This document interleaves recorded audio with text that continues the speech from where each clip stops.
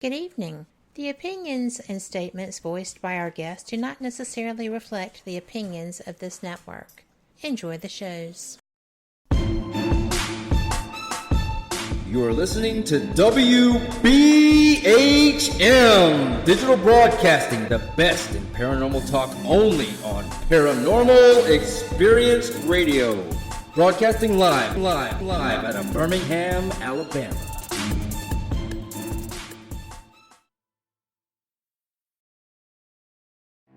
Headline edition, July 8, 1947. The Army Air Forces has announced that a flying disc has been found and is now in the possession of the Army. Army officers say the missile, found sometime last week, has been inspected at Roswell, New Mexico, and sent to Wright Field, Ohio, for further inspection. Now, historic films made in the spring of 1948 and just released show Eniwetok preparing for heavily guarded and still largely secret tests of new atomic weapons. The test's purpose is to measure atomic effects on thousands of different materials, 30,000 tons of them, not, as at Bikini, to prove military effectiveness.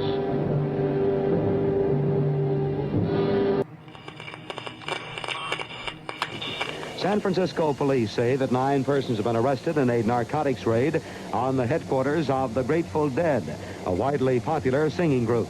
2 members of the group, Rod McKernan and Robert Weir, and their business manager, Danny Rifkin, have been booked on suspicion of possessing narcotics. 3, 2, 1, 0. All engine running. Liftoff. We have a liftoff. 32 minutes past the hour. Liftoff on Apollo 11. Tower cleared. Here we got a roll program. Neil Armstrong reporting their roll and pitch program, which puts Apollo 11 on a proper heading. I'm going to step off the limb now. That's one small step for man, one giant leap for mankind. Well, strange lights are causing a viral buzz on YouTube. Could we have caught extraterrestrial activity on a recent newscast? Brandon Arroyo investigates. As the newscast ended, the controversy began back on September 26th. What is that light shining in the back of the dark night sky?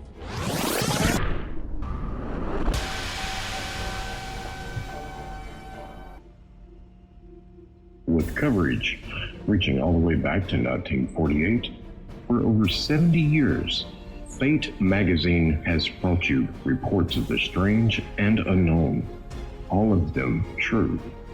Now, Fate Magazine Radio is carrying on that tradition of setting the standard in paranormal talk radio as we report and discuss some of the most mysterious and perplexing phenomena imaginable in this strange world of ours.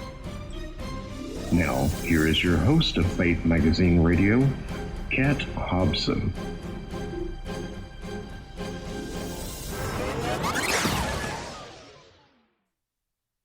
Welcome to Fate Mag Radio. We are the online voice of Fate Magazine. Thank you so much for joining us here. And you know what? We have got a fantastic show lined up. We have so much information about to be coming your way. But first of all, I would like to say that I was an unwilling participant in some of that tornadic action yesterday that swept through the country. I'm fine. I'm safe. Nothing happened to our home. The family that was sheltered here are all fine, but we know people who are not.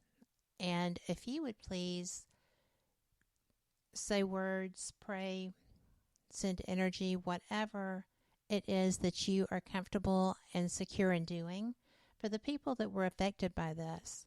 I know that large communities lost everything, and that particularly here in Alabama, there was loss of life as well. So thank you for considering that.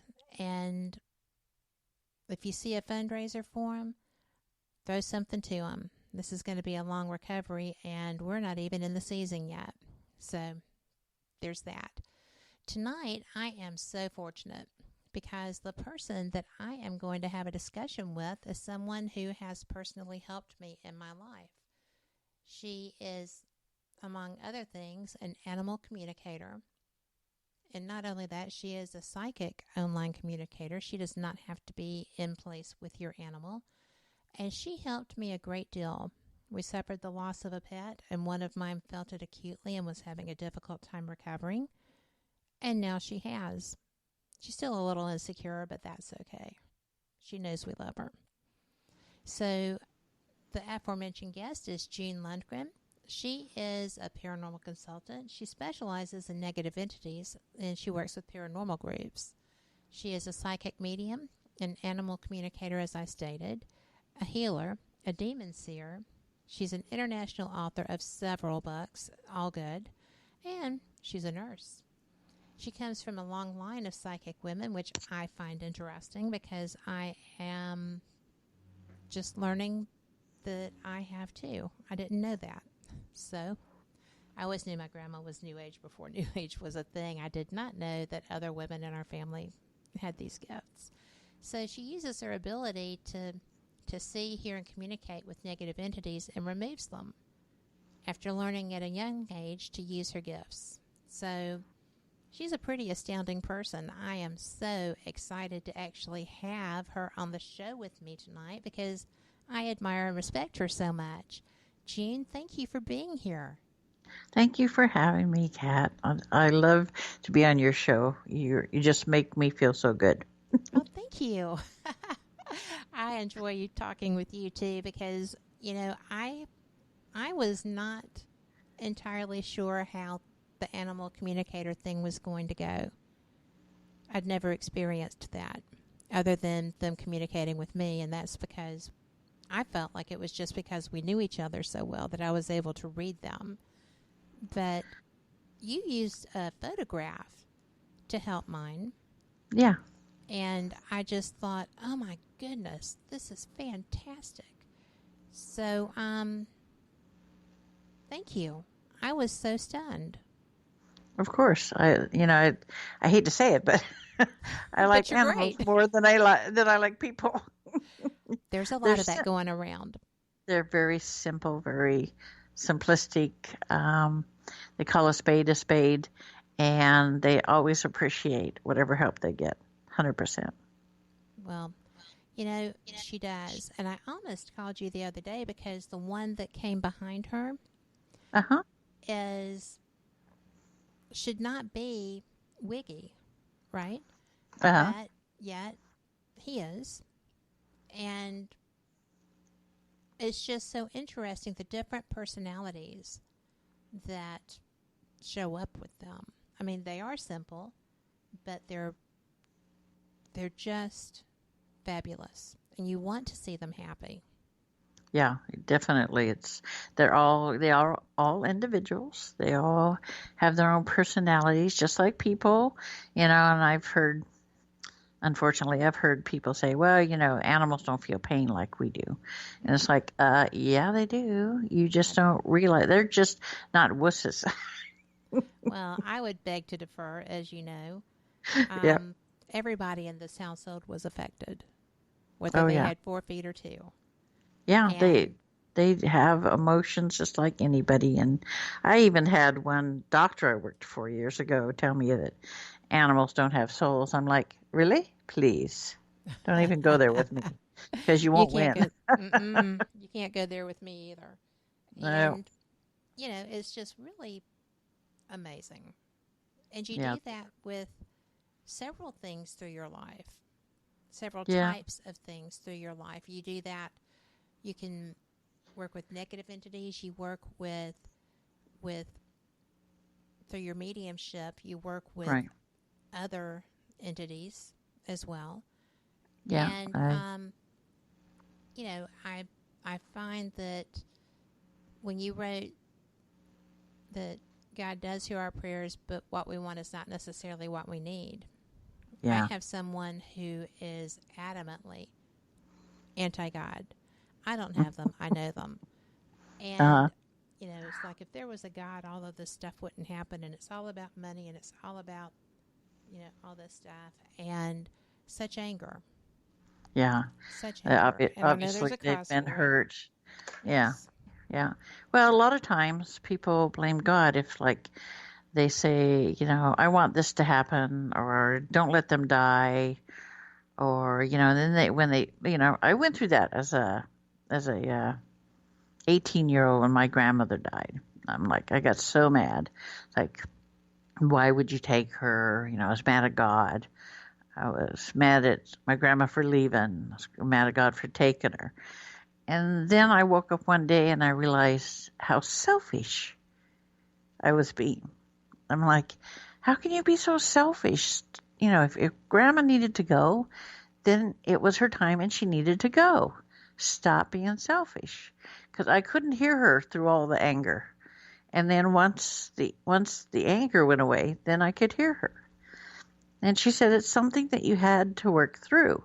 She says, that was the time I was meant to go and the way in which I was meant to go. She says, you understand that now? And I said, yeah, but it's different when it hits that close to home. I think so. I actually know so. Yep. Yeah, because I wondered for years why my grandmother was the only person I couldn't hear. Yeah. And I finally just broke down about that and said, I don't get this. Why is this the case? And I go, well, you're trying too hard. Exactly.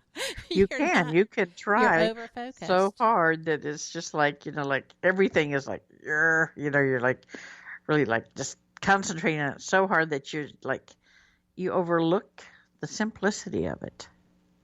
Let go of all that. Exactly. I don't try with anyone else. They just show up. Right. And that's very disconcerting when you don't expect it. And yeah, I guess I've had that my entire life, so I don't know any other way. So to me, it would be disconcerting if I didn't hear somebody. Well, yeah.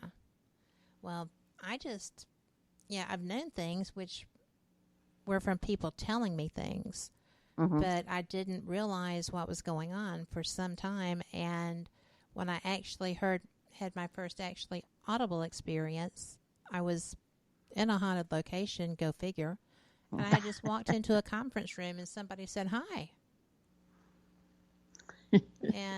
Or hello there. And I said hi. And I looked around and there was no one there, and it had come from like over me, like over my left shoulder. And I was just like, okay.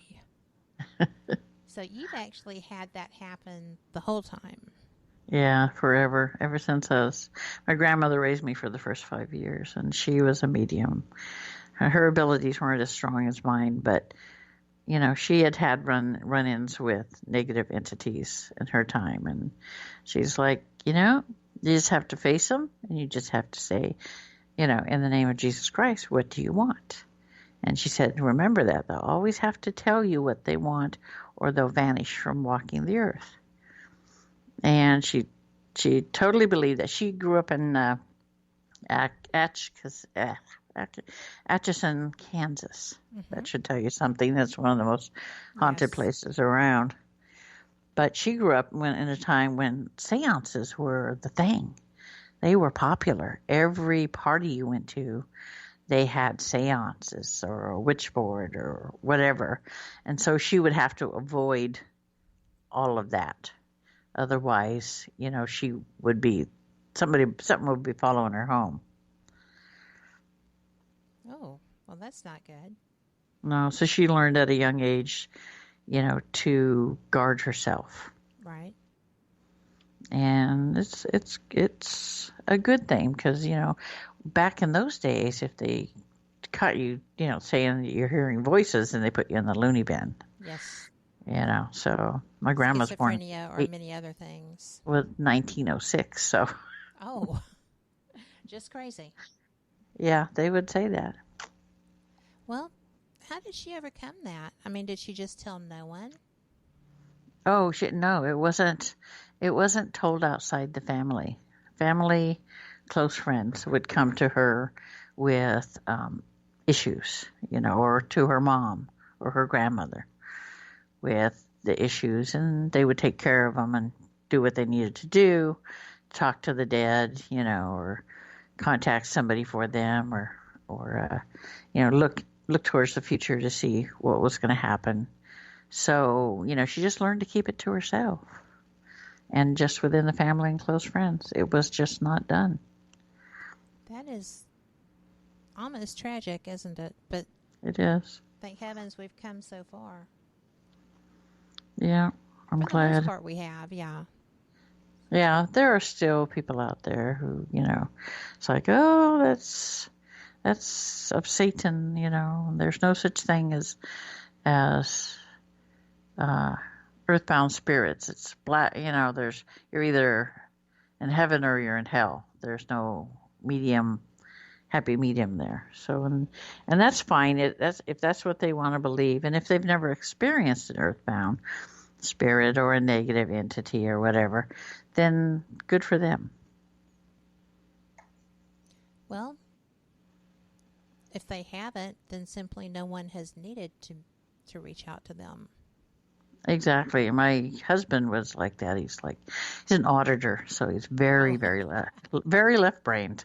Yes. And until he married me, he's like, didn't see nothing, didn't hear nothing. And we went to the coast one Thanksgiving to visit my cousin and her husband. And we were staying at one of our timeshares, which was right on the ocean. And I was upstairs in the bedroom, and my husband and son were down below, and I felt something negative come in, and I heard my husband bellow, "Get down here!"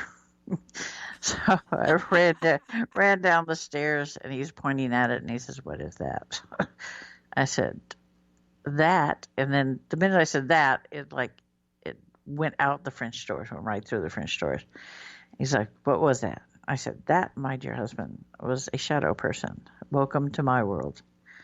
He says, "I don't want to see it again. I never want to see it again." I'm like, "Yeah, good luck on that one." So he was opened, and they know who can see them, right? Yeah, he didn't want to see him, but that one was kind of forced upon him. And my grandmother and my sister, who's one of my guides, they heard him say, "Well, if I can't touch it, feel it, or see it, it doesn't exist." So next thing he knows, my grandma's walking down the hallway, peering into the living room where my husband's sitting watching TV, turns around and walks back down the hallway and disappears. I didn't know this till the next morning because I was sleeping. He says, "What did you want last night?" And I'm saying, "What do you mean, what did I want?" He says, "You came, you checked on Ray, and then you came down into the living room and looked and turned around." I said, "That wasn't me." I said, "Was I wearing glasses?" He's like, "Yeah." I said, "I'm wearing contacts." I said, that wasn't me." I said, I went and grabbed a picture of my grandma. I said, "Did she look like this?" "Yeah." I said, "Well, that was my grandma." I said, "That wasn't me." No, it was you." Finally, he admitted it wasn't me, so that kind of freaked him out a bit. Make her stop. Make her stop. I don't want to see her again.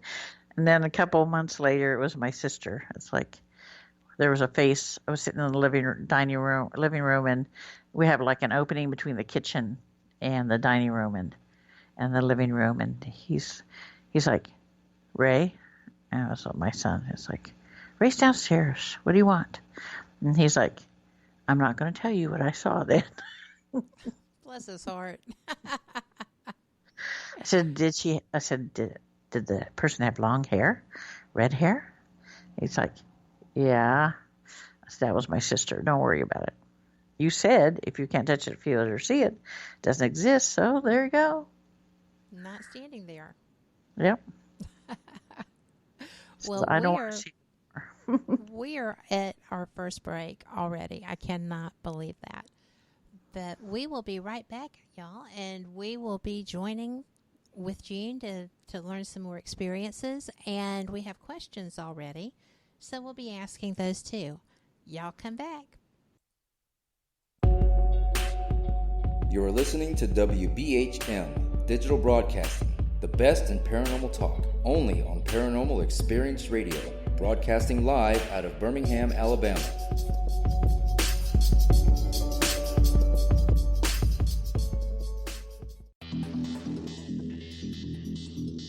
Several U.S. presidents are on record talking about the UFO mystery. Yeah, Presidents Jimmy Carter, Ronald Reagan both had UFO sightings of their own, but the current presidential campaign might be the first in which UFO disclosure has been championed by a major party candidate.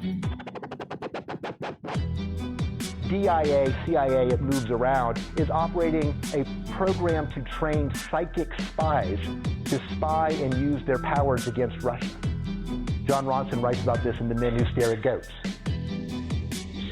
The first known sighting of a ghost took place right after Abraham Lincoln was assassinated in the late 1860s during the administration of Ulysses Grant.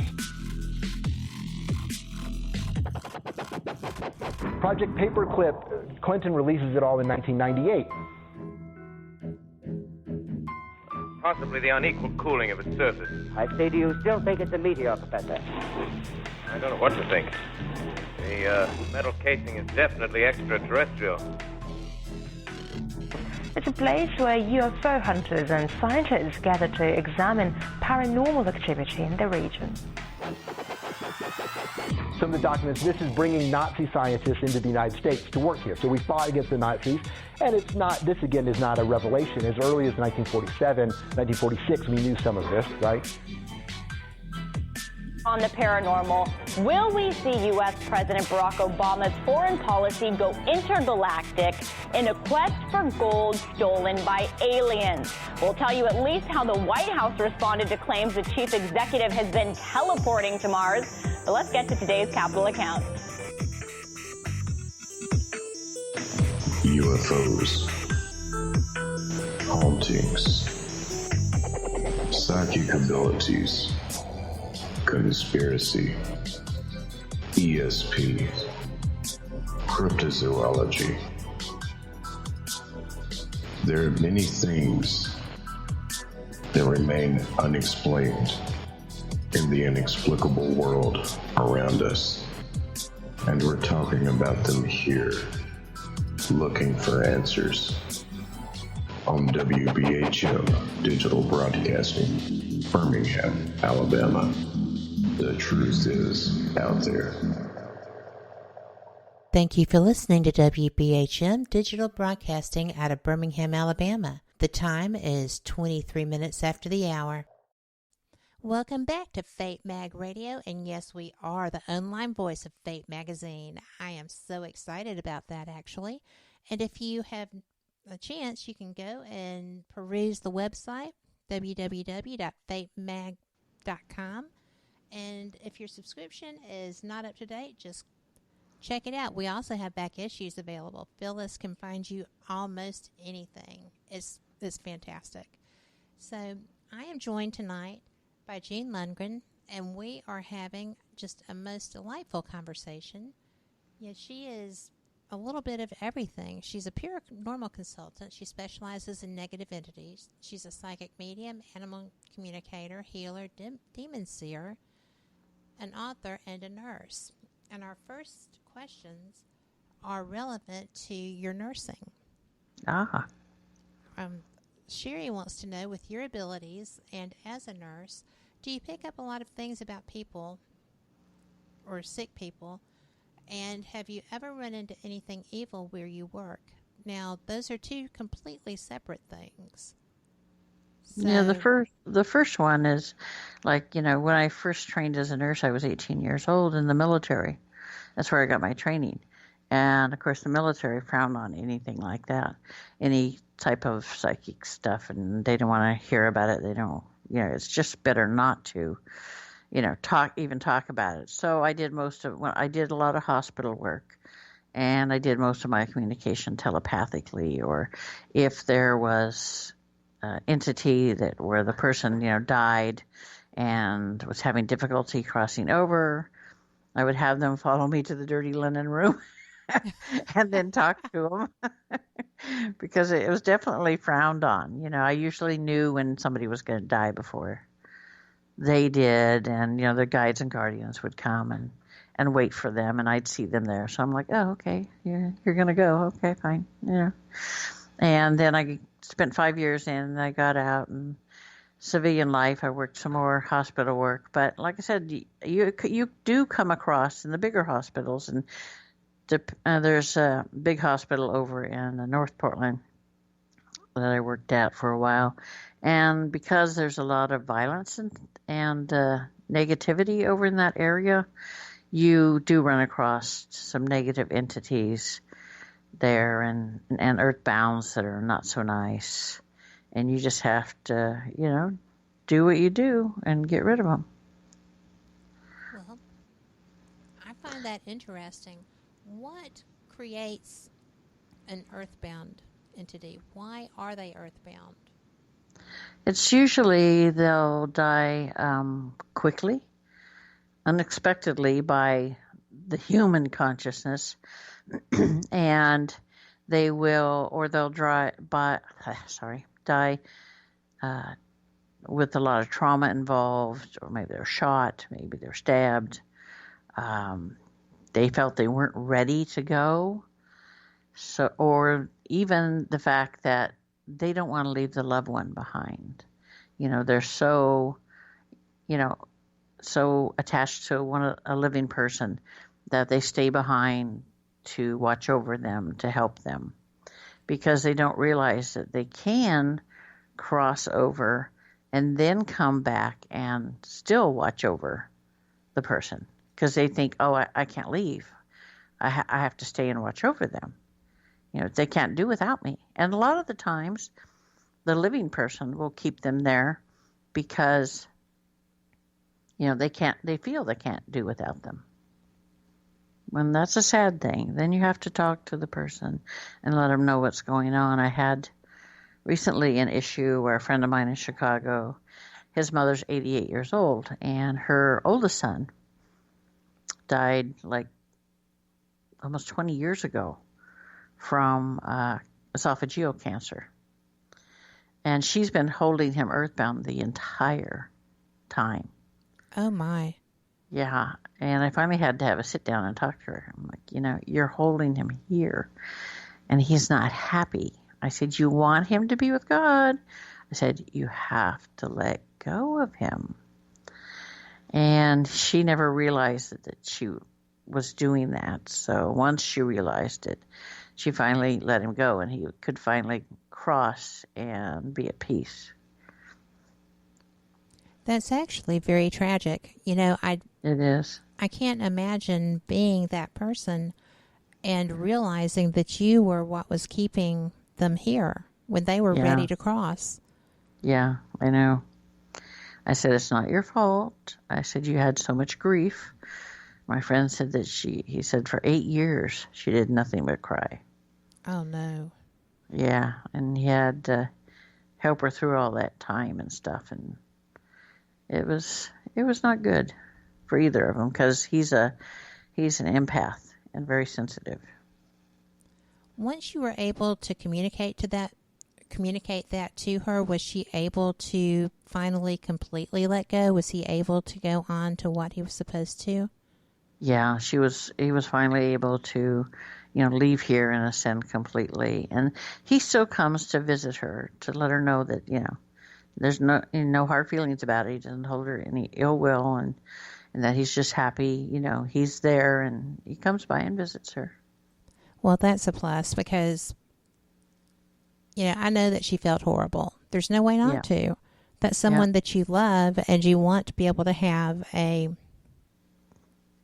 positive afterlife. Right.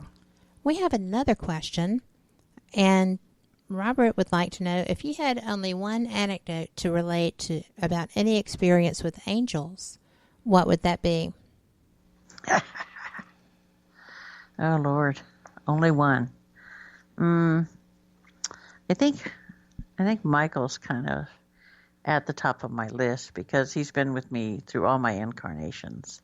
So he he's kind of always hanging around. He has a really good sense of humor. The one antidote that I would say was when I first started, before I started removing the demons. I've always known where they are, what they are. I've always been able to understand them. Even though they speak in Aramaic, my brain is hardwired to interpret. But my sister-in-law called me and said, "Hey, there's something wrong with your brother. Something's not right." And I said, "What do you mean?" Besides him being abnormal anyway. And she's like, his eyes turned black the other day, and his voice changed, and he looked like he wanted to kill me. And I'm like, "Oh, good." And she says, "Can you come down here?" Because he lived about 30 miles away from me. And I'm like, "Okay, don't tell him I'm coming." So I went down and I called her and told her, "I'm going to wait until he gets home. You just phone me and let me know when he's home. And just let the phone ring once and then hang up, and I'll know who it is." So I waited for about a half an hour, and he evidently came home with my sister-in-law, let my phone ring once, and then hung up. And so I pull up outside of his house, and I'm standing outside, and I'm facing his house, and Michael pops in and says, "Listen, you need to call the demon towards you." I'm like, "What? Are you out of your mind?" This is before I started removing them, and I can see that reaction. Yeah, and he's like, no, you need to do this. You need to do this. So I'm thinking, oh, okay, he's got my back, no problem. So I'm like, okay. So I take a deep breath, and I tell the demon, I said, "I summon you, come forth." And here comes this black mass through the wall of the house. And it's coming towards me, and it's like calling me everything but a white woman. And it's really, really mad. Really? And it gets about 5 feet away, and I'm thinking, oh, I hope you guys are going to come out here and grab him.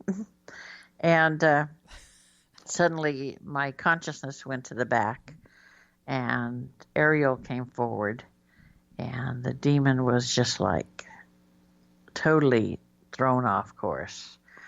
He's like, the demon's like, "You're not supposed to be here. What are you doing here?" So Ariel did the actual removal, and then she went back inside. And it's like, and my consciousness came forward. And I told him, I said, "You did that on purpose." Michael's like, "Well, we've kind of, felt that you had that trial by fire." So I said, "Don't ever do that to me again." I said, "You used me as bait. Don't do it." He's like, "Well, it worked, didn't it?" Well, I don't think they would have used you as bait if they didn't know what you were capable of. I know, but in the moment, it's that's funny. Michael's like, "Well, now you learned something, didn't you?" I'm like, "Shut up." The experience that I had related to you, that's kind of the same scenario, except that I was really scared. It sounds like you were uncomfortable, but you weren't scared. No, I've never been afraid of them. I was just feeling a little out of my element because I had just started learning about my abilities to remove them and stuff. So it was like I'd never actually done one until then. I guess maybe that would be a better description. Not so much scared as like, "You're kidding me, right?" Yeah, exactly. This is not what I know how to do. There's no way I can do this. That's not what I signed up for. What's wrong with you? Yes. But, there are times that, and it was a situation where, like you, there were family members involved, and in the situation, not in being taken over. Right. But what had to happen right then. And a lot of times that was a lot of times you have to do it like quickly to take them, by surprise. Yes. Robert says they used you as bait because they knew what they were capable of. Yeah, that's true. So if you had gotten in trouble, it was going to be fine. Oh yeah, they would still be there, but it's like I'm one of those people that I like to know what I'm in for. Yes. And maybe and I figure that's probably the reason they did it, so I wouldn't be apprehensive and saying to myself, can I do this? Can I not do this? Well, he said they had her back and her soul. Yep. And just so you know, Robert is a very knowledgeable gentleman. So he is a nifty guy. So see that's the thing. It's like when I died in my motorcycle accident in 1988, I was taking the motorcycle. I just repoed a motorcycle of mine and was taking it over to my then, it wasn't my husband at that time, but Dan, my husband, I was dating. I was going to teach him how to ride. And I was taking a left turn and some woman ran a red light and hit me on my bike. And I didn't have a helmet because there was no helmet law at the time. And so I was like thrown across the street and it ended up beside a building. My bike was on one side, I was on the other. And I died for about 2 minutes. So when I went to the other side, it's like Michael's there. My grandma and grandpa are there to greet me, and Michael's there. And he's like, you need to understand who and what you are, he says. And I said, I'm me. And he said, no, you're still stuck in your physical state of being. He says, I need to show you. So all of a sudden I'm reliving all these lives. And then when it finally stops, I'm in a different body, so to speak. I'm in an angelic body. And he says, this is who you truly are. He says, you're Ariel the Archangel, one of the 5 that guard the throne of God. And you're a demon slayer. And I'm like, what? I said, is that why I always know where these things are? I know where they are. I can understand them. He says, that's the reason. And it took me, when I came back, there was a police officer standing over me, and he was so relieved to see me open my eyes. But it took me, I never even knew who Ariel was. I had to look her up. And what you find is not much. I mean, her name means Lion of God. She is I know more about her than most people, obviously, because she's inside of me. But Michael was able to merge our consciousness so that I can talk to her and she can talk to me. And that's why people tell me that when I do a removal and Ariel comes forward, my eyes turn white and my face looks like I'm about 20 years old and my voice changes. And sometimes people have been able to see wings coming out of my shoulder blades. So they're like, did you know? I'm like, no, I'm a little busy. And I haven't got a mirror. And even if I did have a mirror, I'm not. I'm working here. Yeah, I'm working. Don't be messing with me. I'm working. So I have learned, a lot about her. And people may think you're crazy, but when people see the change that happens to me, they're pretty certain that I'm telling the truth after that. Well, I could see so. I mean, there's so many people that should all be in Missouri because they're all show me people.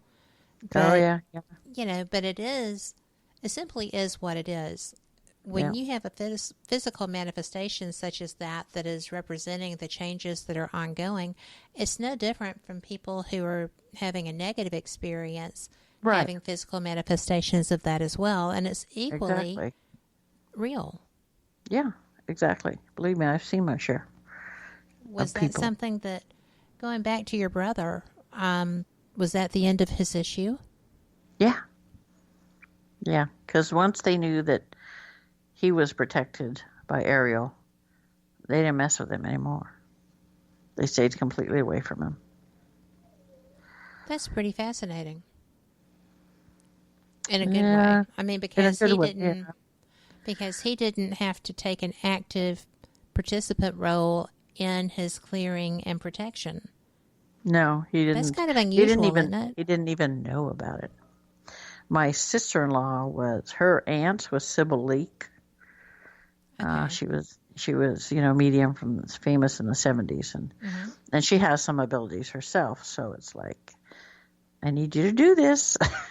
He hasn't a clue that there's anything going on with himself. Doesn't realize it. Yeah, most people know or have a suspicion, but a lot of people think it's I run a bad luck. I'm cursed. I'm jinxed. Anything and everything but, for the obvious part to me, of course. But if you're not in the business, if you don't deal with any of it or even, quote unquote, believe in it, then it never enters your head until somebody says to you, hey, I think this is what's going on with you. And then it's like the light bulb comes on and they're like, oh, geez. And it is a light bulb. Yeah. I mean, if you're clueless, it just, because you don't anticipate it. Right. Generally, people feel like they have immunity to that for some reason whatsoever because, my faith is strong. I have, I would know. Yeah, yeah. And but that's not the case. No, I had a client one time in Alabama who had this. She's a devout Catholic. Devout. I mean, her faith was really strong. One day, she had an entity come to her, and she thought it was in the guise of a friend of hers that had died. And she thought, oh, I need to help you cross over to go to God. But it wasn't. It was a demon. And she ended up having that thing attached to her for 5 years. Holy She went to the church. She went to the church. She went everywhere. Nobody could help her. That was seems horrible, astounding. Like that. Yeah. PTSD, big time. Well, that would be a particular kind of PTSD, wouldn't it? And we've only got a minute before our break. I know we can't get into that, but how would you clear that? How would you cope with that type of PTSD? And we can continue this after the break. We've got 45 seconds, but counseling. I always recommend counseling. I have a couple of people that I know that are counselors and also deal with paranormal. Okay. And are they faith-based counselors or simply... Yeah. Okay. Yep. Because I think you would need that. Yeah. Okay. Well, that's neat. And we will be right back. This is going to be a short break, and we will catch y'all on the flip side. We'll be right back with Gene Lundgren. You are listening to WBHM Digital Broadcasting, the best in paranormal talk, only on Paranormal Experience Radio, broadcasting live out of Birmingham, Alabama.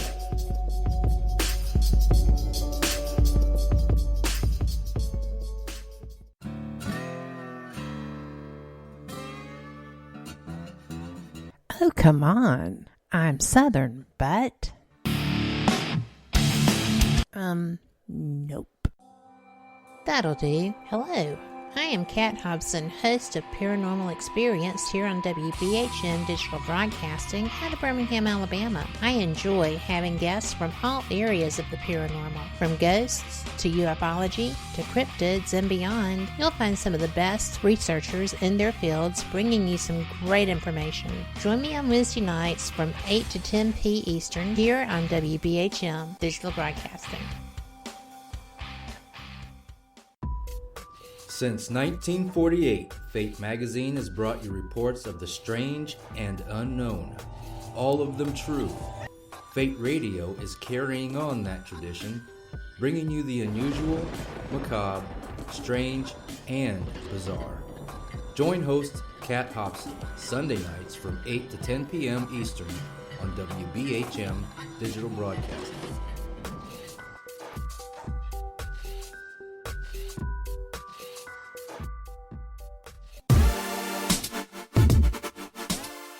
Listening to WBHM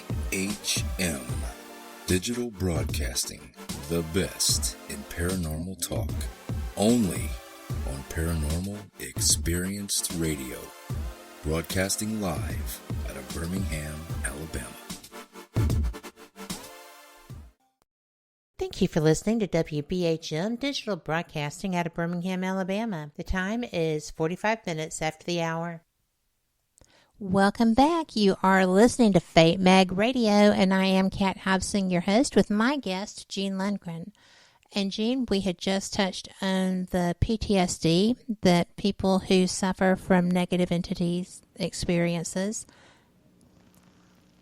come through, and you suggested counseling, and you actually have people who are faith-based counselors that you refer to, right? Yeah, one in particular is really good, and like I said, he's into the paranormal, and he's a psychiatrist, and he loves to help out people that have, PTSD issues from having an attachment or a possession. I had a woman that had a possession for 20 years. And that was local too, because I did a show called Ground Zero with Clyde Lewis. Mm-hmm. And she was one of the people that reached out afterwards for help. And I tell him, send me a picture. I said, if you can send me a picture, I'll know exactly what's there and what's not there. And she did, and it's like, oh, good grief. And so I have a friend that belongs to the paranormal group I had first belonged to, which I still am a member of it, Northwest Paranormal. Aaron's a minister, ordained minister, and he had a fear of the dark ones. And I told him, I said, you can't have the fear of the dark ones, or you can't do your work.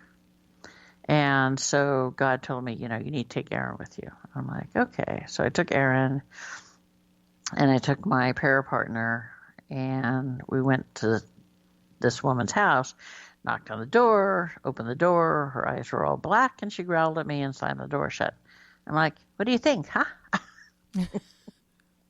I knocked on it. That. Yeah, I knocked on it again, and she was there, and it's like, this time it was her in control. I'm like, yeah, let's come in. Let us come in. Oh, my goodness. It was a 3-hour thing. But once it was over, and everything was removed, it's just, she had 11 entities in her. Wow. Yeah, and I'm like, how did you function? She had the ability to work from home, and so most of the time she worked from home. So she never had to go into anywhere. And but I told her, I said, listen, you got to get some counseling. I said, you have PTSD from having these entities in your life for 20 years.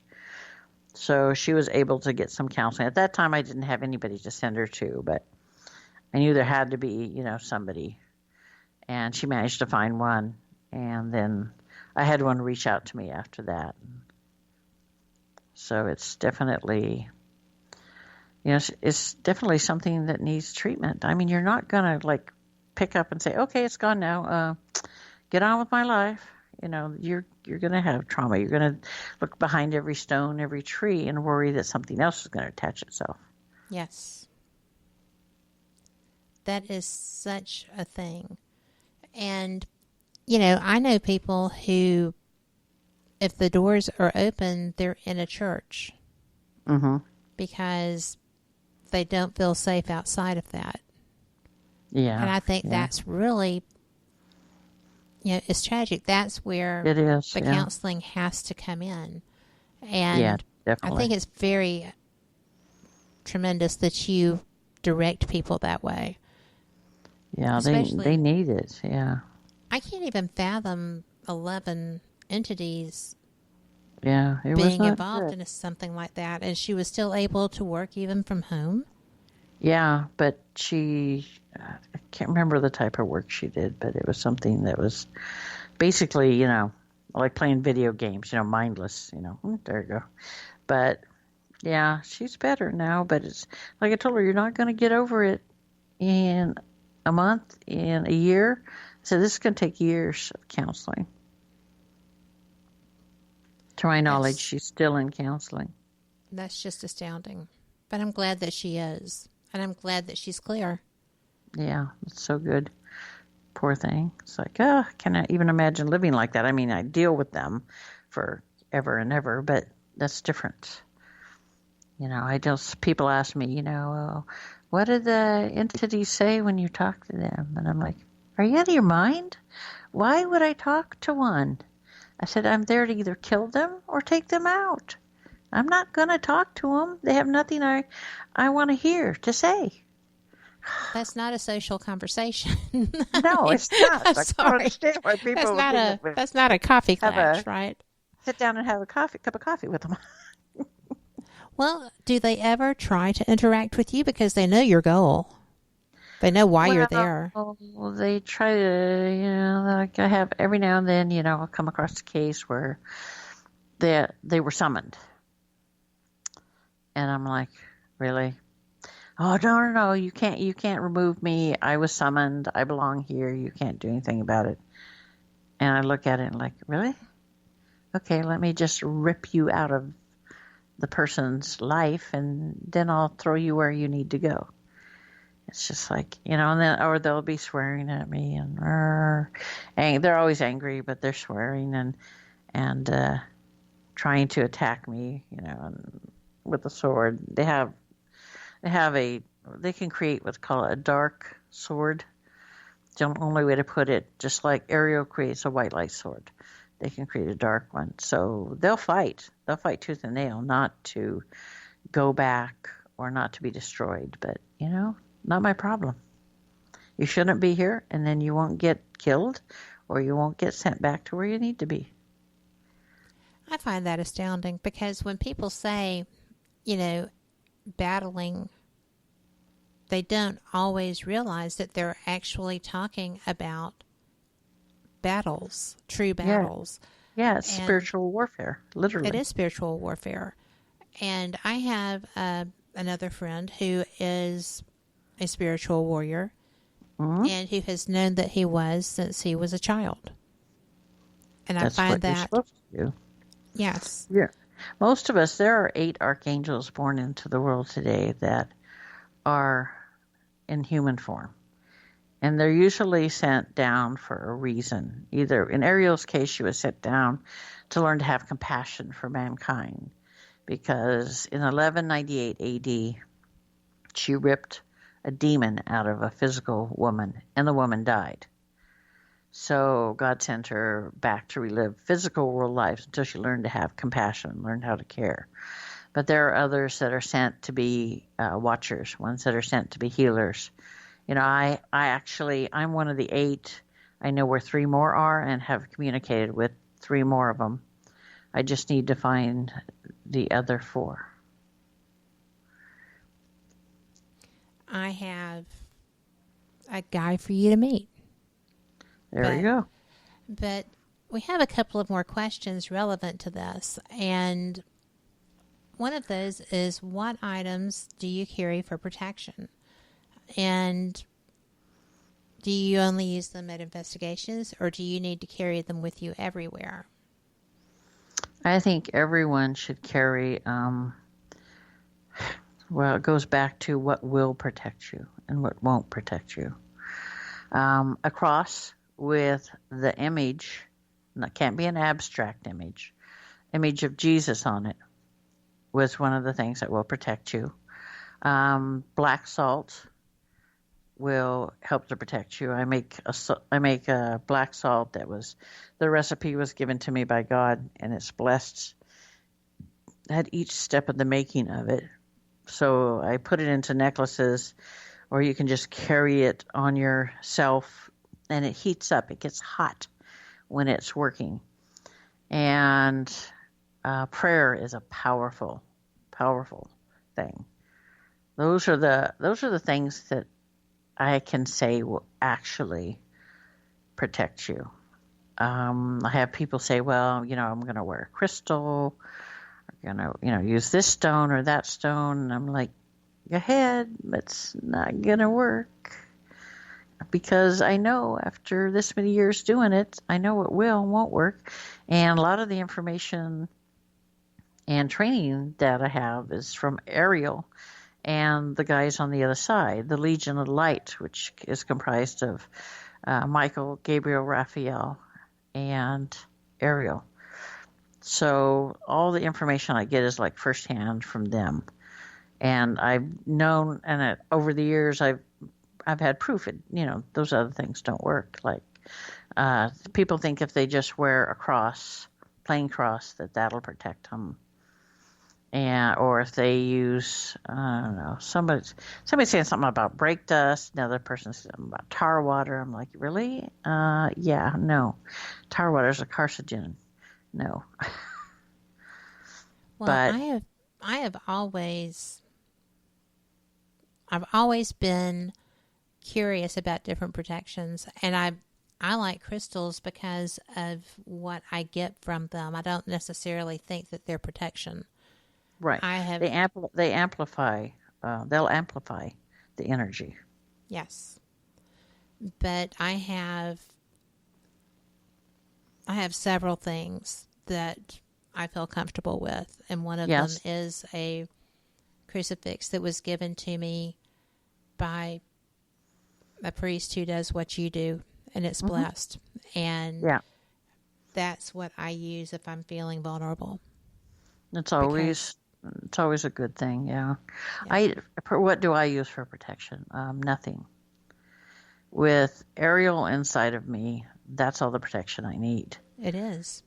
Because when she comes forward, she stays inside for the last minute so that the demons don't even know what's inside of me. They're like a lot of people. They won't look any deeper than the surface. So when she comes out, they're like, holy crap, now I'm in deep doo-doo. Yep.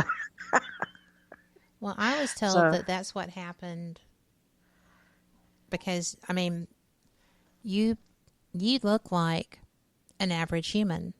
Yep.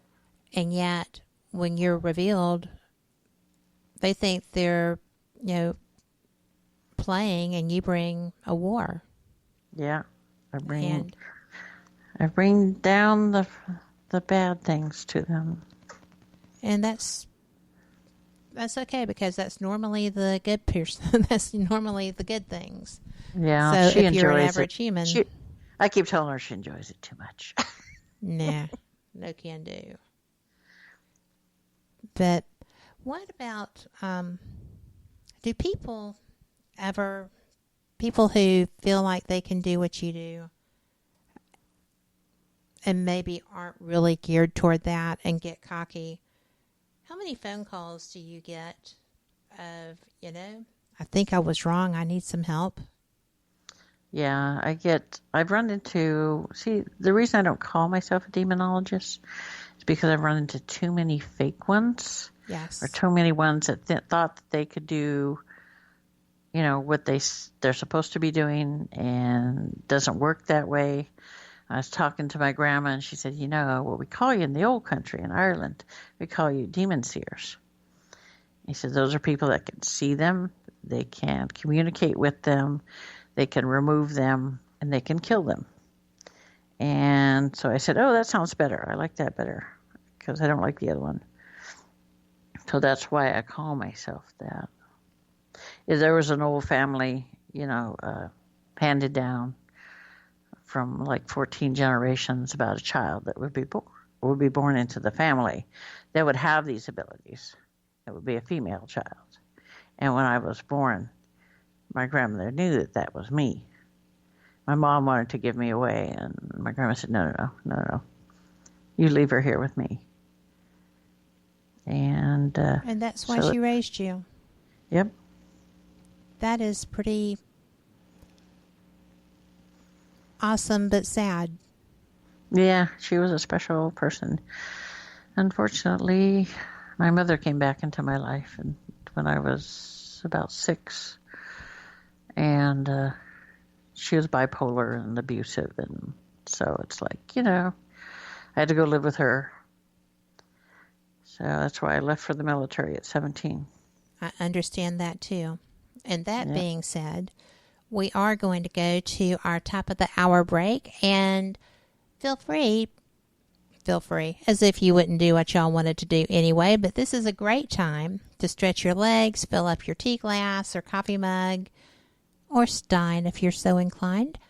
And we will be back with Gene Lundgren here on Fate Mag Radio on WBHM Digital Broadcasting out of Birmingham, Alabama. Maybe we'll find a little good news. What do you think? Can always hope.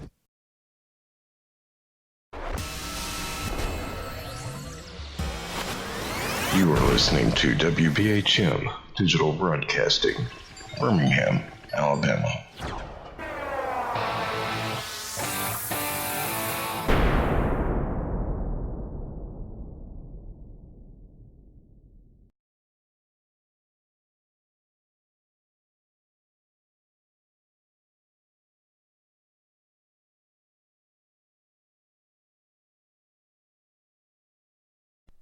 Live from NPR News in Washington, I'm Janine Herbst. Canadian Prime Minister Justin Trudeau says the country is united in grief and demanding justice for the 57 Canadians killed when Iran mistakenly shot down a Ukrainian passenger jet, killing all 176 people on board. I want to assure all families and all Canadians, we will not rest until there are answers. We will not rest until there is justice and accountability. Trudeau speaking there at a memorial service at the University of Alberta. Meanwhile, in Iran, a second day of demonstrations in Tehran and other cities across the country, despite a heavy police presence. NPR's Peter Kenyon reports these protests follow Iran's acknowledgement that it did shoot down the Ukrainian passenger plane. Videos posted to the internet and social media showed protesters chanting their anger at government leaders at universities in Tehran and elsewhere. After days of denial, Iran's military confirmed that it had fired upon the Ukraine International Airlines jet after it took off from Tehran. The head of the Revolutionary Guard Corps, Hussein Salami, spoke before Parliament, apologizing to lawmakers and saying that he has, quote, never been so ashamed in my entire life. His remarks were carried by state television. Peter Kenyon, NPR News, Istanbul. The Afghan government is demanding a ceasefire with the Taliban before it holds peace talks. Jennifer Glass has more from Kabul. There has been one ceasefire for 3 days in June 2018 during the Eid holiday, when Taliban fighters came into cities and towns and were seen embracing Afghan military soldiers. That's the kind of ceasefire the government wants to see before it will negotiate with the Taliban. The U.S., which has been in negotiations for more than a year, says it wants a sign of goodwill before it will sign a deal on the partial reduction of U.S. troops. Jennifer Glass reporting from Kabul. House Speaker Nancy Pelosi is expected to transmit articles of impeachment against President Trump to the Senate this week. Trump was impeached on charges of abuse of power and obstruction of Congress over his actions dealing with Ukraine. NPR's Kelsey Snell reports Pelosi is expected to meet with House Democrats on Tuesday to choose impeachment managers. The Senate trial is expected to start shortly thereafter it receives the articles. Pelosi is probably going to go on Tuesday morning and go talk to all of the members of the Democratic caucus. She does this every single week, and it's this closed-door meeting in this basement room in the Capitol where the Democrats all get together and get on the same page for the week ahead.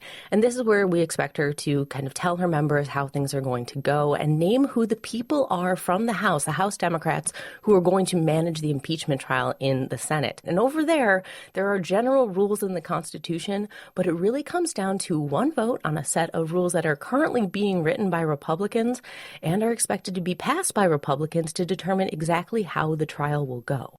NPR's Kelsey Snell reporting.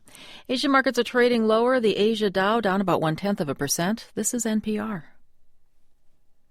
European Union leaders are warning the UK that they will not be bound by a British law requiring a new post-Brexit agreement be completed by the end of this year. The UK will officially leave the European Union at the end of this month. Terry Schultz reports the Irish government is the latest to warn Britain its plan for what happens next is unlikely to work. February 1st starts an 11-month transition period, which European Commission President Ursula von der Leyen already says won't be enough time to negotiate a comprehensive agreement covering all aspects of the new relationship.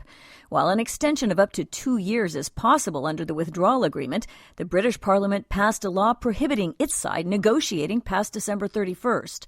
On the BBC's Andrew Marr show, Ireland's Deputy Prime Minister Simon Coveney warns the new agreement has to regulate more than just trade. Aviation, security, data management, phishing, and more. But just because a British Parliament decides that British law says something doesn't mean that that law applies to the other 27 countries of the European Union. The EU, Coveney says, won't be rushed into a deal. For NPR News, I'm Terry Schultz in Brussels. In the Philippines, a small volcano near the country's capital erupted with a massive plume of ash and steam today, leading to the evacuation of tens of thousands of people. The airport in Manila was closed for a time. The Philippine Institute of Volcanology and Seismology says the volcano sent a steam, ash, and pebbles up to 9 miles in the air, and the danger level has been raised to 4. There are no immediate reports of injuries or damage. I'm Janine Herbst, NPR News in Washington. Welcome back to WBHM Digital Broadcasting out of Birmingham, Alabama. The time is 5 minutes after the hour. Welcome back to WBHM Digital Broadcasting out of Birmingham, Alabama. I am having a great time tonight. I hope y'all are too. You know, this is not a topic that I generally cover here on Fate Mag Radio, but I find it fascinating. I also find it to be something that a lot of people I know need to have knowledge of.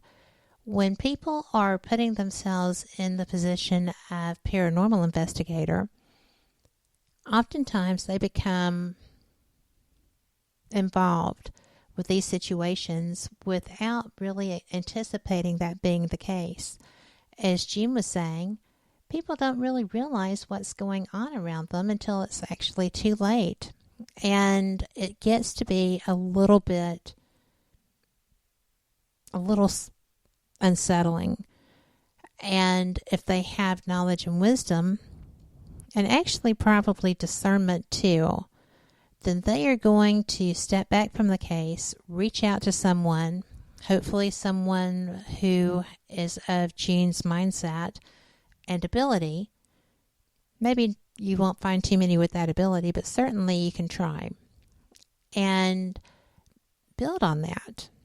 You know, find a way to interact with someone who can come in and help your client. It will probably wind up helping you too. And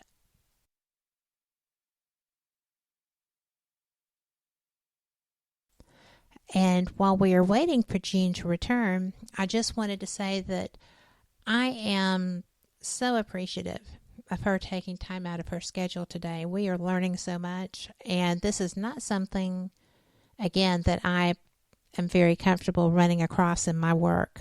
I always try to find someone with more knowledge than my own to help with this.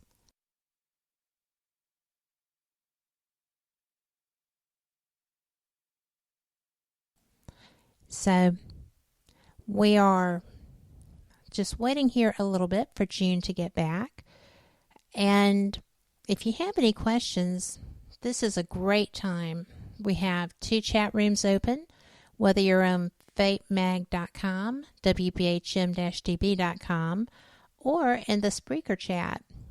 All of your questions will be answered. We are right there to get them. You're monitored coming through here. And I personally am fascinated by this. I'm a little bit, I don't know, hesitant, but I've got to tell you, when I met June and asked for her help, I had a little dog who was suffering. And she stepped right in, took care of it, recognized the photos, and as she said that she can see through a photo what is with you, she can do that with an animal as well. I simply sent a picture to you, June, of Heidi, and you knew immediately what her issues were. I find that fascinating. They speak to me because their energy that I get from the photo, you know, and it's like once I get their energy, I can connect with them telepathically from a distance. And at first they get a little startled about it, but once they realize, she went very still. Once they realize they can hear me and I can hear them, then we have full-on conversations. Yes. And, it's, I don't have a dog that comes to me through normal means ever, right? So this is, I have one that was a free dog from a Walmart parking lot, one from the pound, one who was a registered animal, and the woman just gave him away with his papers. And I was like, well, okay then. And my husband absolutely felt this dog had to be here. And then we have the one who I was away on location, and I got a call from my husband that said there's a dog in the backyard. And I said, there better be 3. And he was like, no, you don't understand. There's a separate dog. So when I got home at the end of the week, he was still there, and I brought him in. He's adorable. You'd think we could have found his family. But my gosh, he rules this roost. So, and he's the smallest dog I've ever owned. Yeah, they kind of have no concept of size at all. No, but he definitely has concept of hawks. So oh, yeah. The fact that he made it here is just astounding. So, I have a whole clinical experience for you now, my friend. I was telling people when we came back that this subject matter that we've been discussing in the last hour is not something I actually cover very much on this show, because I'm never sure how people that are not actively involved in the paranormal, who are more in the cryptozoological field or ufology, or just those strange anomalies that happen to all of us during the course of our lives, would deal with that. But I think that sometimes when you're in a cryptozoological experience or a ufology experience, it's not always what you think it is. Am I right in assuming that some of those are possibly negative entities that are trying to find whatever method to achieve a relationship? Yeah, they do that. They look into your mind. People fail to understand this. These things can look into your mind. They can see what makes you tick. They can see what you're interested in. They can see your weaknesses. They can see your strengths. And they kind of stalk you for a while before they actually make their move. That's why I always say, they're like stalkers. They just, they watch you. They wait. And if you're not good pickings, they walk away. But if they think they've got a live one, they'll stick with you, and they'll, like I said, they'll find out all your weaknesses, and they'll try to isolate you from all your support. When somebody has a negative attached to them, it affects everything. It affects their finances, go down the tube, their health goes down the tube, their mental and emotional wellness goes down the tube. Unfortunately, they just, they try to isolate you from anyone who could possibly help you. And it doesn't just affect the individual that they're attached to. It affects the whole family, friends. It's a broad circle. People don't understand that. And in investigations, one of the first things I tell people is, if you think that you see a demon or a shadow person, do not acknowledge it. I said, if you acknowledge it, it draws attention to you. And then they actually see you. Because most of the time they just go on their merry way. But the minute you acknowledge them, then they take notice of you. And that's not a good thing. It's never a good thing. We have the Oregon Ghost Conference coming up in last weekend in March. And I'm teaching a class on investigating negative entities. Like going into a known location where there have been, people attacked, or, where negative entities are known to be, and how to protect yourself. And I go through the whole gamut of what is a negative entity? How can you protect yourself? How do you know? What are too much nursing. What are the signs and symptoms? You know? Well, that is a clinical attitude. But, if you can take that attitude while you're teaching, I think it's beneficial to people who are learning, because the more clinical that you can make this, I think the more they're able to learn, because it's a frightening topic for a lot of people. And unless you can make it cut and dried. And it's something you hope you never run into. Yes. And I hope people never run into it in investigating. I had one guy that's local, and we were on like the same radio show at the same time. And he was saying there's no such thing and that he's never encountered one. And I'm like, ooh, nice. Wish I could have that happen to me, never encounter one. I said, unfortunately, it doesn't happen. And I asked Michael about it later. I said, well, Michael, what's up with that? Why am I the one doing this, right? And he says, it's because this particular person could not handle an encounter with a negative entity. I would say most people could not. I know that it's a bizarre experience, and especially when it has been directed, right? Mm-hmm. It's a direct focus. Like there's no not acknowledging it because it's there. Yeah, if it comes up and slaps you in the face or claws your back, it's like, oh yeah, okay, you see me, so okay, I get it. That's the thing. You have to be aware of your surroundings. You have to be hyper aware of your surroundings. And always before you go, you make sure you prepare. You do prayer.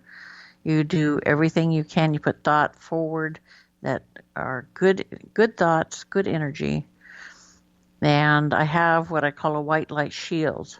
I've given the exercise to hundreds of people. And it works for them for a protection. It acts like a force field. Mm-hmm. And so it seems to work quite well. And, anybody that's having problems, I usually send it to them and say, here you go. Now that the negative is removed, now comes the cleanup time.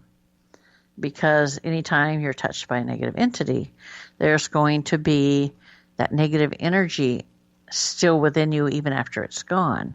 So you have to do a white light cleansing to try to remove, any traces of it. Because if you don't, and you go somewhere else, and you can possibly attract another one.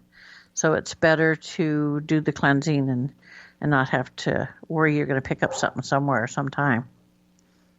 Well, and they're actually very subtle. Oh, yeah. The subtlety is what takes one aback. It is. I didn't anticipate that. There's a lot of things people don't anticipate. You think of demons as like, busting through the door and like, I'm here in your mind and we're doing blah, blah, blah. But they're actually insidious. They are. They're very insidious. They know how to, like I said, they're like stalkers. They sit back and they watch and they wait. They have all the time in the world. And they find your weaknesses. They find, what will hurt you the most, what kind of things they can do to your health. Are you an empath? Are you mentally unstable? Do you abuse substances? I mean, all of these things, is what they check out and what they go for. That is absolutely astounding. Especially the what hurts the most, because that is so personal. And I think that when I talk to people who have had experiences like that, that is the one thing. Yeah. It's like they couldn't have picked anything else that would have made it quite as bad. And, that's their charm, shall we say. They do find the thing that would hurt you the most, the thing that would do the most damage to you, not just physically, but emotionally and mentally. Well, Robert actually says, they exist in a realm without time also. That's why they have all the time in the world. Mm-hmm. Time is a concept imposed by man. Right. They have no concept of time over there. Yes. I just find that absolutely amazing, too, because we also can manage to live without clocks, right? But right. Makes a lot of people crazy when you try to, because we're so conditioned to do that. But, you have written all of these books, and they are all absolutely wonderful. But you've written a couple of different series, and you've also written children's books. I have. And I think that your Out of Time, the fantasy series, I just love that. Yeah, it was a different one. I thought, you know what? I'm going to write something different. I'm going to write a paranormal romance. And it's taken from, no one's ever written one from the view of the guides and guardians, the animals involved. And, nobody's done that. It's usually the hero and heroine, and then, everything else is behind the scenes. But I wanted to do that because in my world, they are there. They're talking. They're constantly talking. It's like we're chess pieces. They can move us around, get us in the right spot.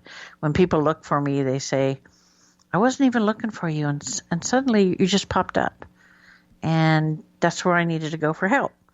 I said, "Yeah, the guys on the other side do that a lot." So the book was I wrote in fun. I have the sequel to it almost complete. But it was fun doing that book. I can't wait for the sequel. I'm excited. Well, the others, you've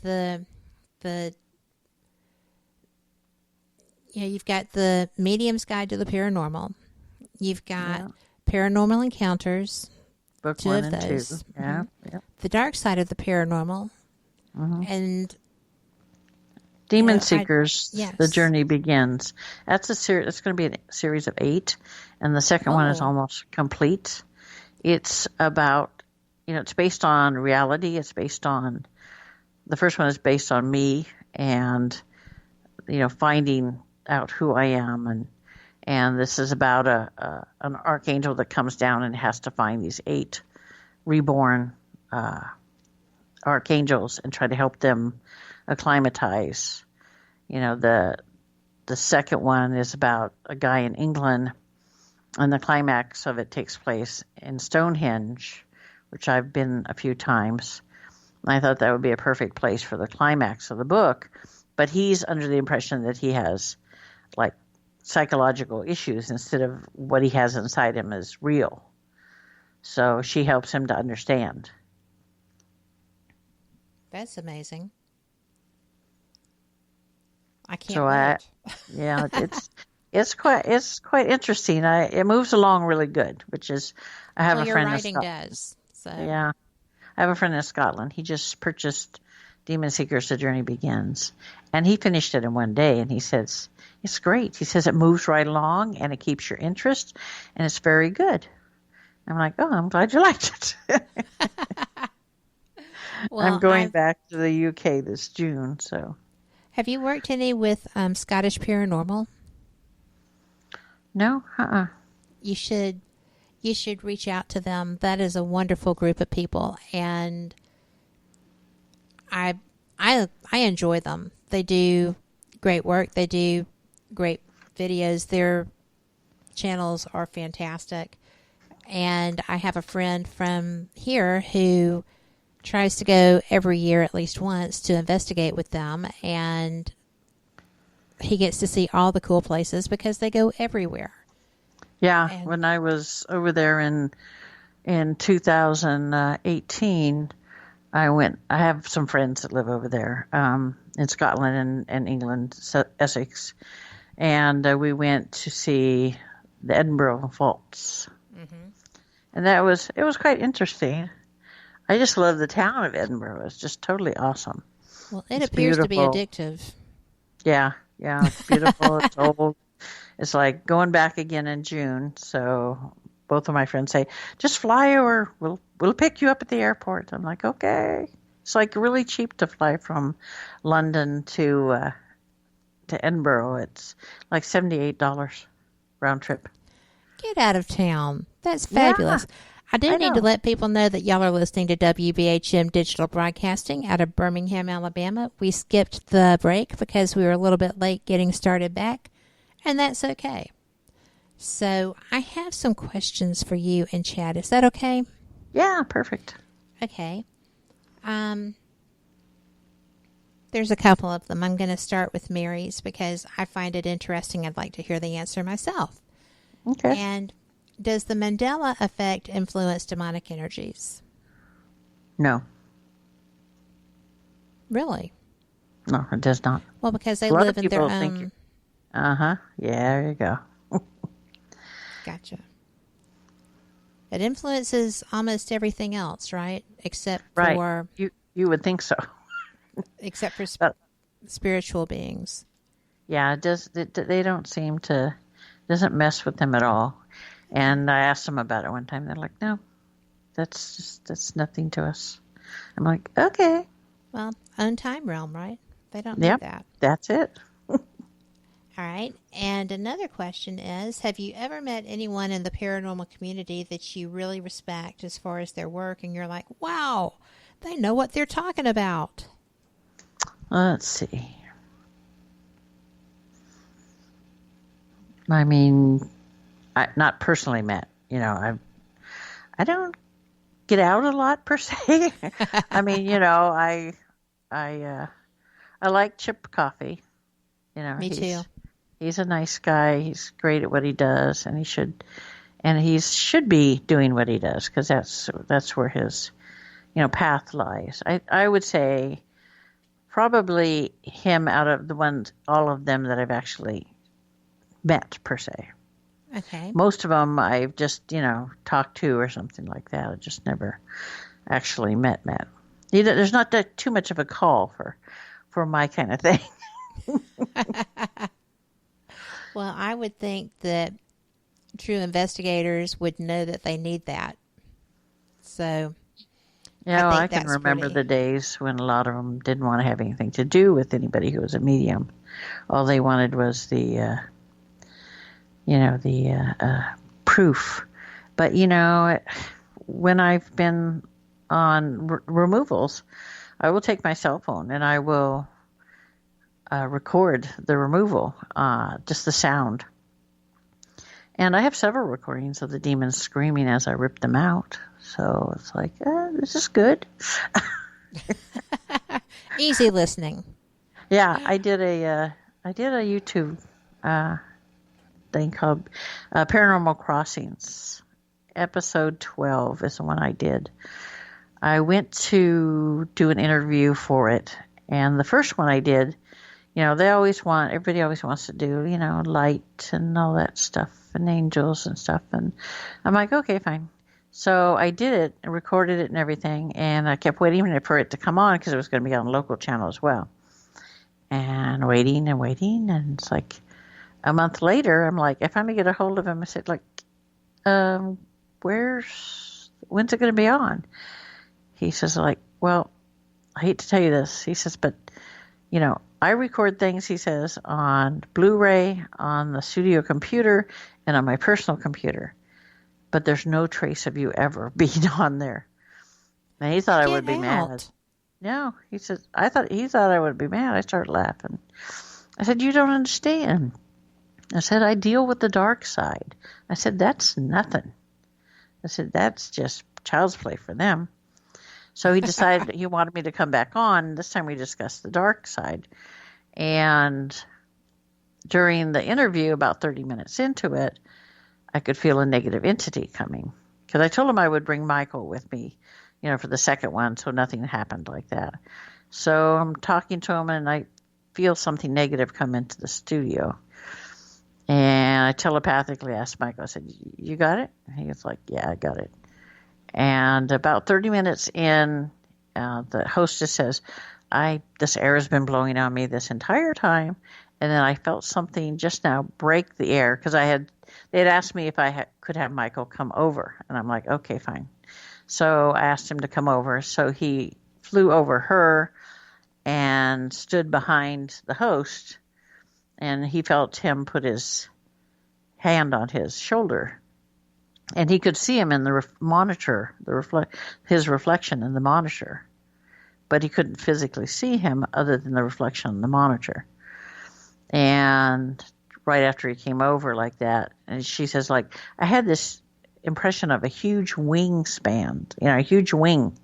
And he said the same thing. And I said, well, his wingspan is about 12 feet, and he's about 7 feet tall. I said, so that would be about right. And wow. you could hear the demon scream as Michael pulled him out at about like 32 minutes into the recording. I went home after the recording. I told him, I said, you're going to find something in the recording. I said, and Michael proved to you that he was there. So it's like 2:00 in the morning, and he's going over it. And then he hears it. Now I'm sleeping. He calls and leaves me a message, and I'm like, I get it the next morning, and he's like, I heard it, it's here. Oh. And then the next day, his wife was getting pizza for their boys. And the guy there's a young guy came in to start work, and the other girl asked him what his name was. And he says, oh, my name's Michael, like the archangel, his wife freaked out. She was like, see? I said, yeah, what can I say? Well, we have got a couple of more questions. That is such a cool story, and I'm going to go to YouTube and find that. But I actually had been to a conference, and there was a priest who was doing a demonology seminar. Mm-hmm. So I went into that because I was fairly new to researching negativity and hadn't really had any experiences of my own with that. And there was a recording that a wife had made of her husband. I had to leave the room. I truly had to leave the room because he was possessed. Yep. It was not him screaming and making other sounds, but I could not stay in there because it was simply that bad. Yeah, that's what it was with this woman. And it hit me. I don't know. There was a recognition of some type. I'm not sure really how to describe that, but I was out of there because it's a recognition of ultimate evil. Yes. And I was just kind of like, no. But I do like that you said that about Chip because I am very aware of Chip's abilities, and I've had conversations with him. I consider him at least an acquaintance. Yeah, he's a very nice man. He is a very nice man. But let's see. There are a couple. You seem so amazingly calm about your gift. Have you ever had an experience that really shook you up, or has anything followed you home? And then she finishes with, although I'll bet her hubby didn't like that too much, with smiley faces. So, let's see. Is there anything that just blew you out of the water? No. I see these things. I see demons in their true form. And it's something that if you ever saw it, you would never forget it for the rest of your life. And you would have nightmares for the rest of your life. And I don't have any fear of them. And they know better than to follow me home. And my house is protected by the black salt. But they wouldn't come anywhere near her anyway. Right. I mean, why would you seek out the one that's going to take you out? That happened once. I was coming out of work at night, and it was winter, and my work is right in front of a graveyard, of course. Why not? And here's this demon standing at the end of the block, staring at me, and I'm like, really? I'm just getting off work. Can't you just leave me alone? It started growling, and it started running at me, and I'm like, oh, bite me. And I took him out, but it's like, really? Give me a break. You must be suicidal. Now that's funny. Suicidal. It was. It was like, okay, like, high noon. That's what it was like. That's pretty much what it was. Yeah. Or high 5:30. There you go. But we have another question that I find really interesting, and I'm curious as to the answer. So, was Mothman a demon? No. Okay. He's a elemental.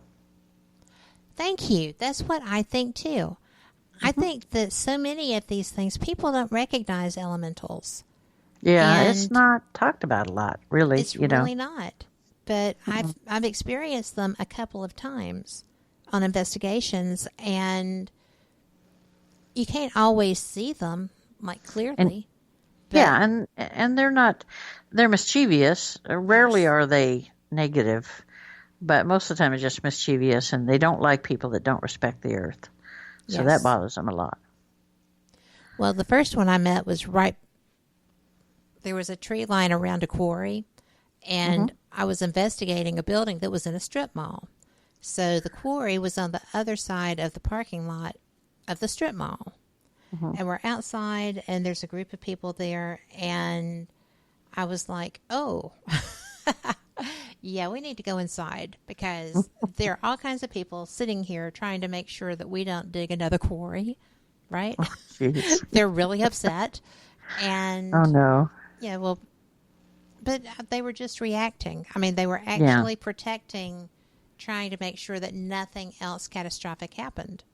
Well, that's good. Because it had been so strong for them. So yeah, I found that to be odd. And they're really fast, too. Like, they come out of the trees and they get behind you, and then they're gone again. And I didn't know they did that.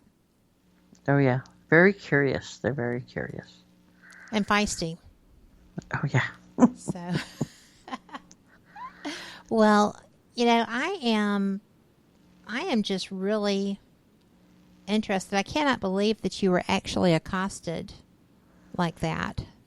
That one just showed up like... Yeah, it's like, what's wrong with you? This one must be mentally challenged or something. I'm thinking to myself, it's like, what is wrong with you? Well, I'm assuming that they know who you are, because they would recognize that. No, they don't always know who I am. That's the thing. But every now and then you'll have one that will look beyond the physical and look beneath. And he happened to be one of them. He was a younger one. He's what I call a lesser demon. They're like teenagers on steroids. They're trying to prove themselves. Right. I'm like, that's why I said, really? You just haven't a clue, do you? And didn't get one. No, unfortunately for it. Well, but that's okay. It is. Another question. Do you believe in fairies? Oh yeah. They're an elemental. Yeah. Have you interacted with them? I saw 2 of them when I was in Scotland. My friends took me to the Edinburgh tunnels, and then we went to one of the locks, and it was like totally cool. And we went to the Rosslyn Chapel. Oh, that is supposed to be astounding. It is. There's a big portal in the basement. If you go down to the vault area, there's a big giant portal. I should put that picture up again. I managed to get a picture of it. It's hard to do, but it's just, my friend was standing near it. He says, why do I hear all these voices? Why do I hear all these voices? I'm like, Arthur, I said, you're standing next to a portal. I said it would be strange if you didn't hear them. He's in his 70s, and it's like, really? Well, I find that fascinating, because I have never heard that there is a portal in the basement. Yeah, if you go down the stairs and you go straight ahead, there's at the far end of the room, there is a stained glass window. And then to the left, there's an open doorway where you can go back, and they have some of the things that they, the shelves, and it's like a storage room where they found some of the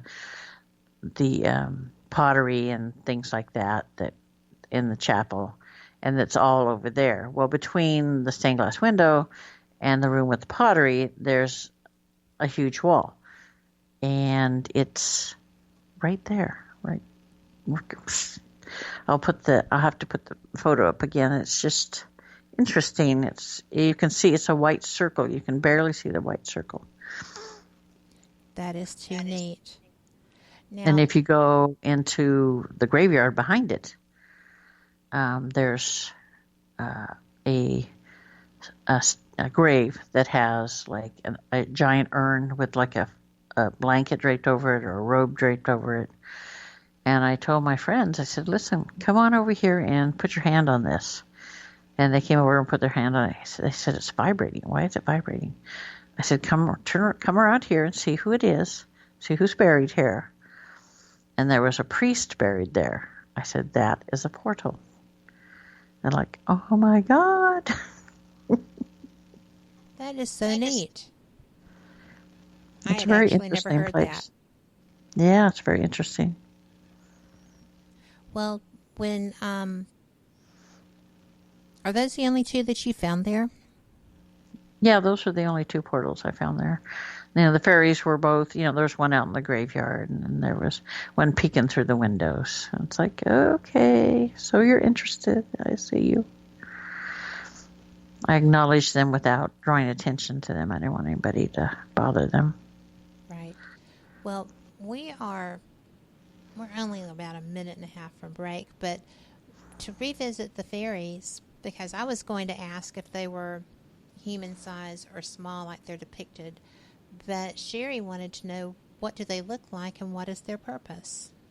The two that I saw looked like little children almost. They have the wings they use to cloak themselves. They're like gossamer, and they're huge, and they use them to cloak themselves so people can't see them. And their purpose is to watch and care for. In that place, they're to care for the land and the chapel. They make sure that everything's okay with it. If there's a problem with it, then they'll contact one of the angelic beings, and they'll come and help. That is just too neat. Yeah, each fairy has their own, job, their own agenda. And it's usually to take care of something or to preserve something or to, ward off things that could cause harm. I just think that's cool. But we are at our final break. If you have questions, now is the time, because we are going to be coming back and we'll have about 15 minutes. So we'll be right back. Y'all come back too.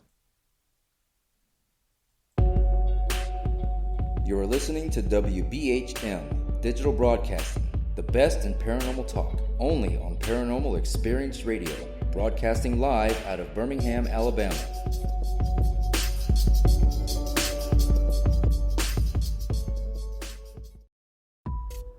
Since 1948, Fate magazine has brought you reports of the strange and unknown, all of them true. Fate Radio is carrying on that tradition, bringing you the unusual, macabre, strange, and bizarre. Join host Kat Hobson Sunday nights from 8 to 10 p.m. Eastern on WBHM Digital Broadcasting.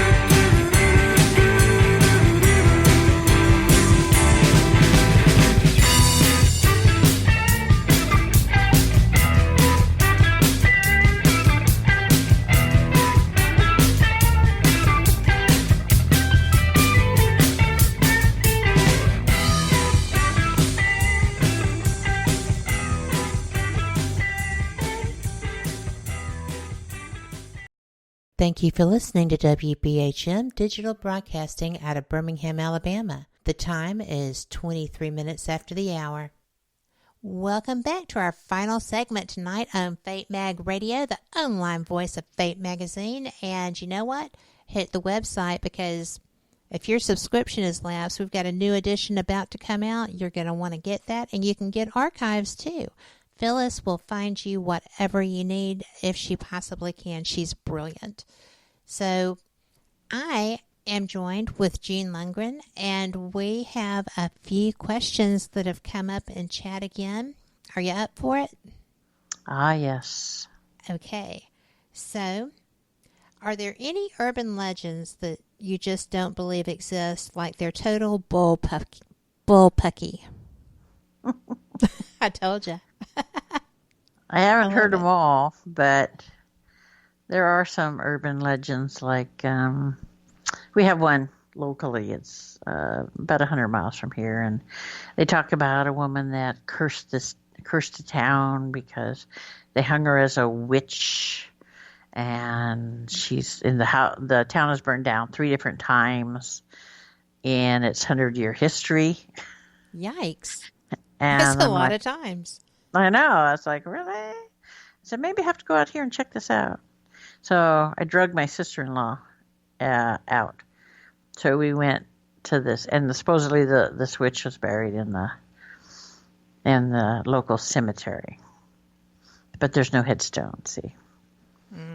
So I went out there and I thought, I wonder if there really is a witch. So let's find out. So my sister-in-law is like, yeah, whatever. I'm just along for the ride. Like, okay. So we get there, and they're talking about. We stopped for a cup of coffee, and I asked about it. Oh yeah, there was a witch. They hung her. The townspeople got together and hung her because she did something or other. And I'm like, well, that's not nice. And they said, and the town was burned down 3 times in a row. I'm like, okay. So then we go to the cemetery, and the woman was not a witch. She had abilities, like we do. She has abilities, and she was pissed when she died. So, needless to say, she's still hanging around. And I'm like, did you do that? And she's like, no. She says, I didn't do that. She says, I'm no more of a witch than you're a witch. I'm like, okay. So that's the only local urban legend that is a bunch of baloney. But people still insist on saying that it's true, that it really happened and all this stuff. And I'm like, whatever you say. If it makes you feel better, fine. About your town burned down, fine. But, I mean, I went to Gilliam Ranch up in Washington, where, they have all kinds of things, Sasquatch and UFO stuff, and it's a really popular location. And when I was there, I did actually telepathically communicate with a Sasquatch, which was kind of interesting. That is interesting. Was it? It was a male, as far as I could make out. It was a male, and he was probably, like what we would consider middle-aged, and he was startled at the communication at first, and he's like, he doesn't like what man's doing to the land. He doesn't want to have anything to do with us. He wishes that they would just, people would just leave him alone and stay out of his territory, so to speak. And I'm like, okay, I'm good with that. I don't have an issue with it. I said, as far as I'm concerned, you can live here forever and ever and ever. That's just amazing. Was it like reading a human or like reading an animal? It was more like a cross between the two of them. The words were kind of more, they were simplistic words, and some that he couldn't think, some ways he couldn't think of expressing. I kind of filled in, but it's like the intentions there, the anger at the man, trashing the environment and hunting them and all that stuff. Is like he's like really start getting pissed about that. I'm like, Well, I'm sorry. I'm not one of those people. I said, I'm here to help, not to hurt. Well, yeah, and people now are just all fired up because we must have a body to prove they exist. It's get out of town. Just no. Leave them alone, man. As I tell people, leave them alone. They don't bother you. You don't bother them. Yeah. And Mary wants to know, do you do like on-air readings for people? And I know that you read by imagery, so I said I don't know. Usually somebody will contact me by email. Right. If I get a connection by email, then I do the readings. I have actually several scheduled this month. But I do them. I don't do them on air because if something negative should show up, something I want to warn the person about. When people come to me, I tell them, I'm going to tell you the good, the bad, and the ugly.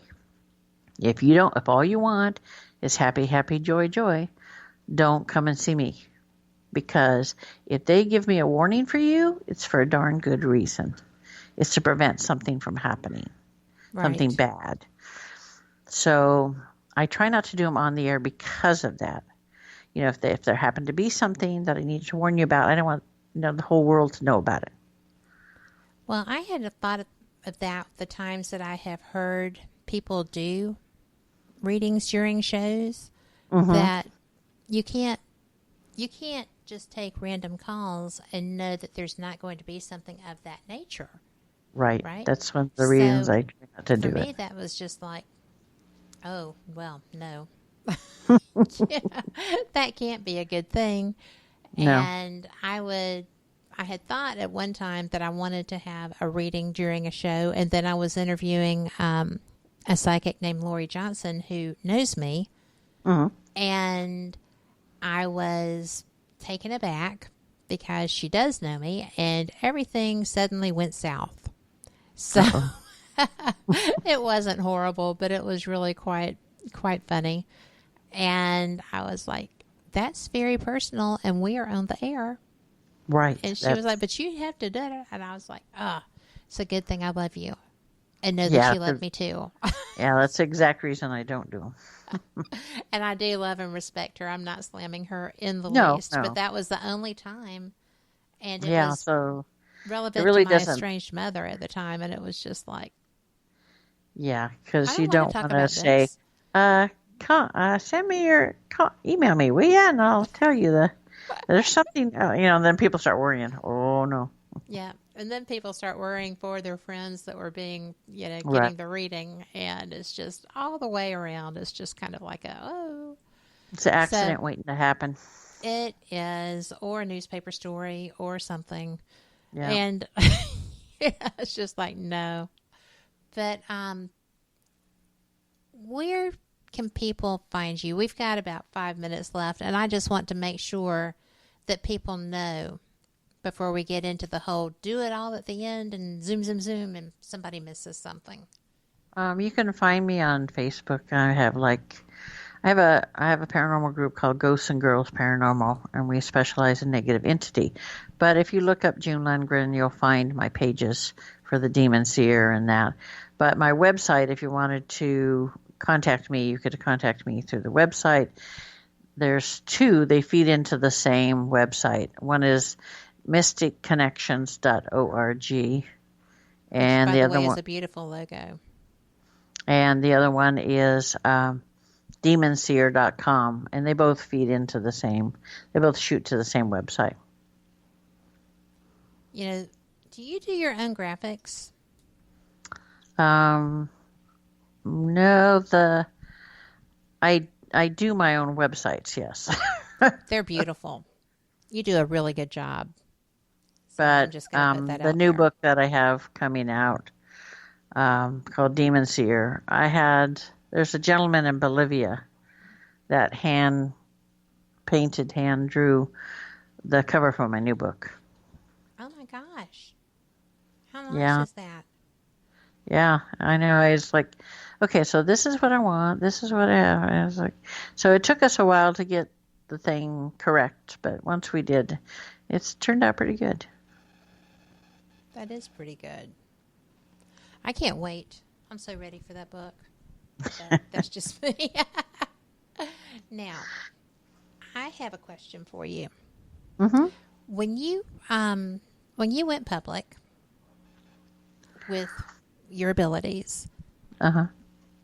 how many people actually recognized your gifts and your abilities and what you could do to help them right off the bat? And how many people kind of ran from that?